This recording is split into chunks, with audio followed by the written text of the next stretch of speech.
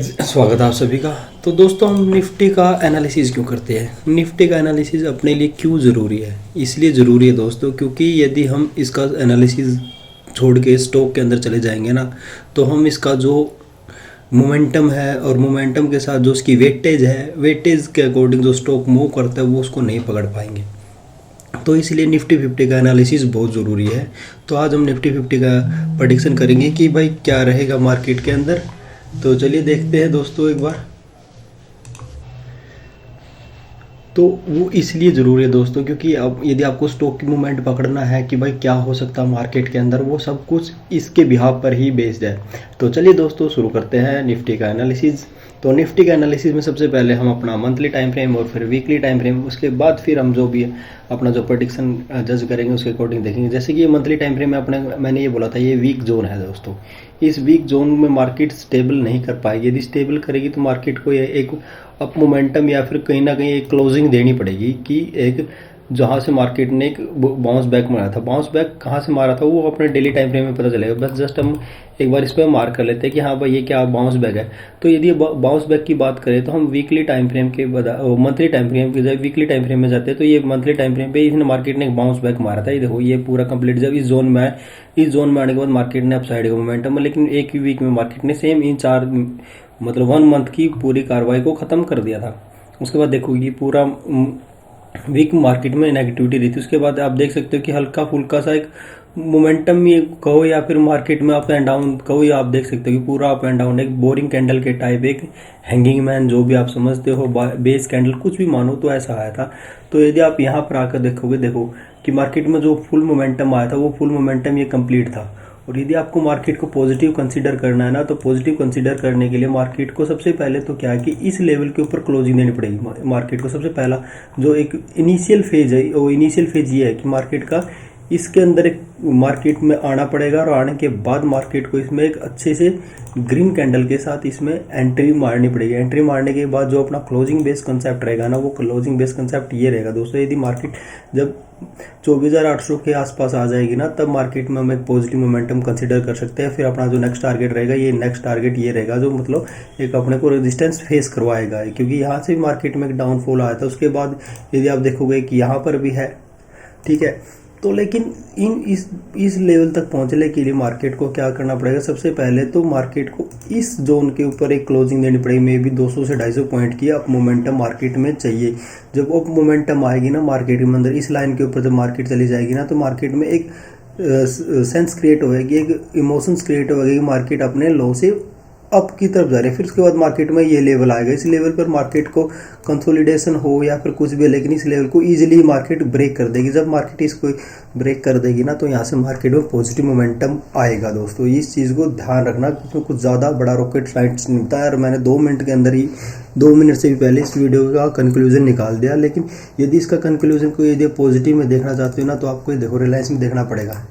ये देखो रिलायंस में भी क्या है कि रिलायंस ने जो ये लेवल था ना, यहाँ पर इस लेवल पे यदि आप देखोगे, यहाँ पर मैं डेली टाइम फ्रेम का निफ्टी का चार्ट खोल देता हूँ, तो आप देखोगे यहाँ पर देखो, जब मार्केट इस लेवल पर आती है ना, इस लेवल पर, और यहाँ पर ये लेवल होता है मार्केट का, तो यहाँ पर देखो मार्केट इस लेवल को ब्रेक करके फिर यहाँ पर कंसोलिडेशन फेस करते हैं। लेकिन मार्केट यहाँ से एक रिकवरी मोड ले लेती है कि भाई यहाँ से अब चली जाती है। देखो ये निफ्टी 50 का चार्ट है, और यहाँ से देखो कि मार्केट ने इससे पहले ही एक रिकवरी मतलब 3 दिन की होल्डिंग दिखाई है। लेकिन मार्केट में यहाँ पर देखो मैं यदि मैं कर्सर यहाँ पर रखूँगा ना, तो यहाँ पर भी एरो आया, देखो कि लाइन आएगी भाई इसी लाइन के आसपास ही मार्केट ने, लेकिन यहाँ पर इसने क्या है कि इसके नीचे क्लोजिंग दे दी। तो इसका पॉजिटिव मोमेंटम सेम यही रहेगा कि भाई जब ये क्या नाम लेगा अपना रिलायंस इसके ऊपर क्लोजिंग दे देगा ना, तो मार्केट में एक बुलिशनेस आएगी। और बुलिशनेस आने के बाद क्या रहेगा कि जो ये अपना EM है ये भी फ्लैट हो जाएगा और इसे सपोर्ट लेगा। क्योंकि यहाँ पर देखो कोई भी ऐसी कैंडल नहीं है जो मार्केट को होल्ड कर सके, रिलायंस को होल्ड कर सके और यहाँ से एक पॉजिटिव मोमेंटम कंसिडर। क्योंकि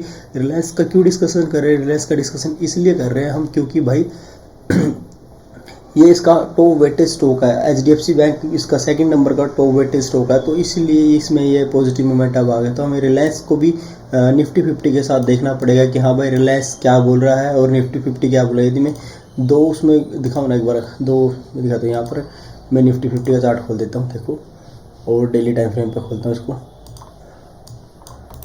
1 मिनट रुको।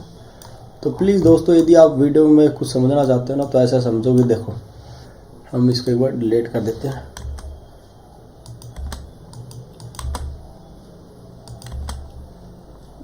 ये देखो अब इजी आएगा आप लोगों को समझने में कि अब देखो एक साइड अपने पास ये यहाँ पर रिलायंस का चार्ट खुलना है, यहाँ पर हमको रिलायंस का चार्ट खुलना है। देखो अब देखो जब मार्केट यहाँ पर थी ना, यहाँ पर आने के बाद इसने इसको ब्रेक किया, ब्रेक के बाद फिर वो 3 दिन का कंसोलिडेशन आया।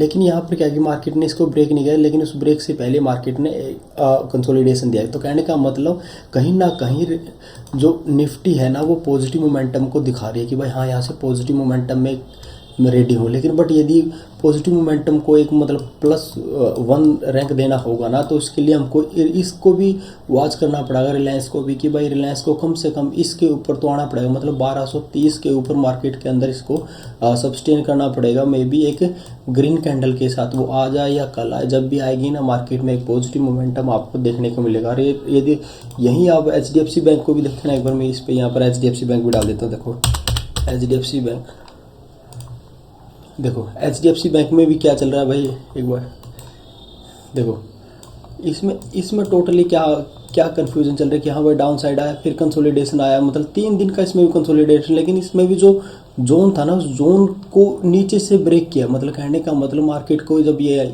यहाँ से यहाँ तक आने के लिए मार्केट ने इसको पूरा कंप्लीटली मतलब नीचे तक का टच किया, उसके बाद फिर इसमें कंसोलिडेशन आया। देखो तो इस कंसोलिडेशन में बस ये है कि भाई इसमें एक पॉजिटिव मोमेंटम आ जाए, यहाँ तक का ये इसके ऊपर क्लोजिंग हो जाए, मतलब इसके ऊपर चला जाए, तो इसमें भी एक पॉजिटिव मोमेंटम आप लोगों को देखना पड़ा है। क्योंकि बाकी स्टॉकों को देखोगे ना, ब्रिटानिया हो गई, एक तो हल्के फुल्के पॉजिटिव है, हल्के फुल्के मतलब नेगेटिव है, लेकिन इनमें ज़्यादा कोई वो नहीं हुआ अप डाउन का मोमेंटम। लेकिन इसके अंदर यदि आप देखोगे ना कि भाई हाँ इसके अंदर कुछ देखने को मिल रहा है, ये रिलायंस के अंदर देखने को मिल रहा है। तो ये रिलायंस का क्या है भाई, इसके ऊपर पॉजिटिव मोमेंटम आएगी, तो पॉजिटिव मोमेंटम के साथ मार्केट में एक बढ़िया सा अप मूव को देखने को मिलेगी।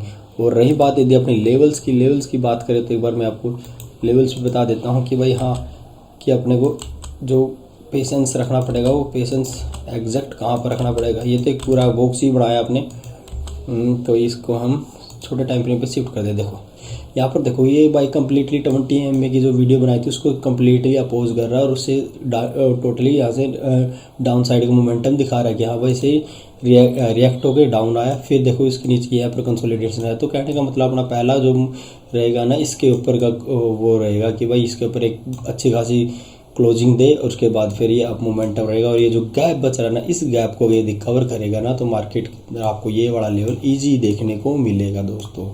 आई होप आपको ये चीज़ समझ में आ गई, तो वीडियो लाइक कर देना। Thank you, bye bye, take care.